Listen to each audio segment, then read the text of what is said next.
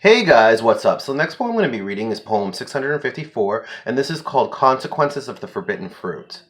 This poem is really deep. It shows how love affects someone from a darker point of view after a breakup. And instead of healing and forgiveness, the person holds on to anger and bitterness, and unfortunately, that's what they become because they don't want to let go of what they thought they had before. Consequences of the Forbidden Fruit. It's funny how things are never what they seem. If that was my lesson, forgive me, Father, for I have failed and I have no choice but to live in sin.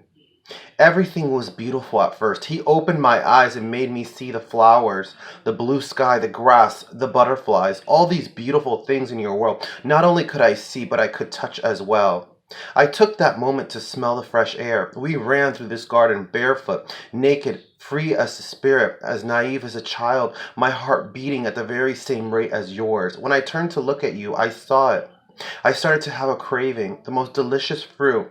The love that I lusted for so long was your heart. And just like a spell with a raise of an eyebrow and a strut of seduction, I paced your way.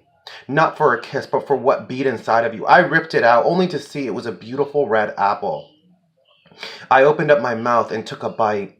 I didn't have that moment. This time I opened my eyes and I saw that the flowers were bleeding. The sky was black. The grass was fire, and they were demons. All these horrendous things in your world. Not only could I see, but I could touch and feel as well. You ran through this garden, you made it to the gates, and you left me here with all this frustration, with all this anger, and all I did was scream. And instead of forgiveness, it grew into hatred, and instead of hope, it grew into pain, and instead of light, it grew into darkness, and instead of love, it grew. Oh, did it grow? Those black thorns grew all the way to my core, into bitterness.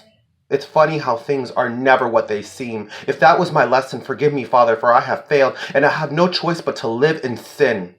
If I could turn back time, I would have rethought that bite, but it's too late now. These are my consequences. I should have at least savored the taste, but the truth is, this garden of destruction is what I've become.